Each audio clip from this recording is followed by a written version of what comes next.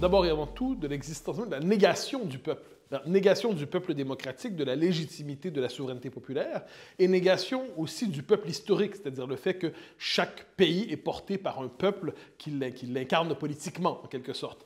Donc on est dans un moment où on se méfie d'un peuple que l'on juge toxique, que l'on juge pétri de préjugés.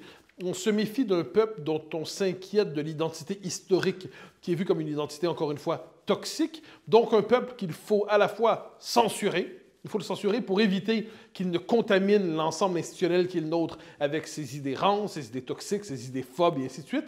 Donc il faut à la fois le censurer, il faut aussi le rééduquer pour déconstruire ses préjugés et lui imposer de nouvelles valeurs. Il faut par ailleurs limiter son expression politique possible. Pourquoi? Parce que s'il s'exprime, par exemple par référendum ou en votant pour des partis dits populistes, avant d'avoir été rééduqué, il risque de voter pour des options politiques qui sont jugées contraires à nos valeurs. Et dès lors, on est dans ce paradoxe où c'est au nom de nos valeurs que l'on dit nos valeurs démocratiques que l'on censure la démocratie réelle dans nos sociétés.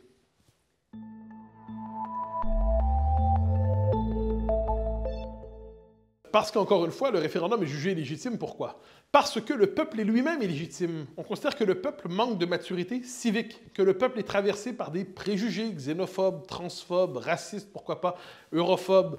Donc, puisque le peuple est lui-même infantilisé, le peuple est pathologisé, pourquoi voudrait-on lui donner le pouvoir? Il risquerait de voter pour des options qui ne sont pas dans le sens de l'histoire telle que pensée par les théologiens du progrès. On l'a vu au moment du Brexit, les gens se ont permis de voter pour une autre direction que celle qui leur a été donnée par leurs élites depuis longtemps.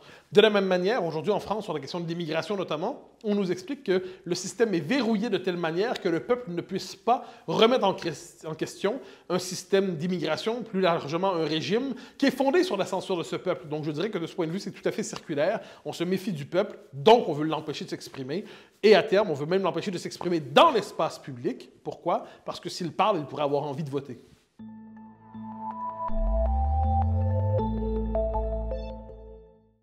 Bien évidemment.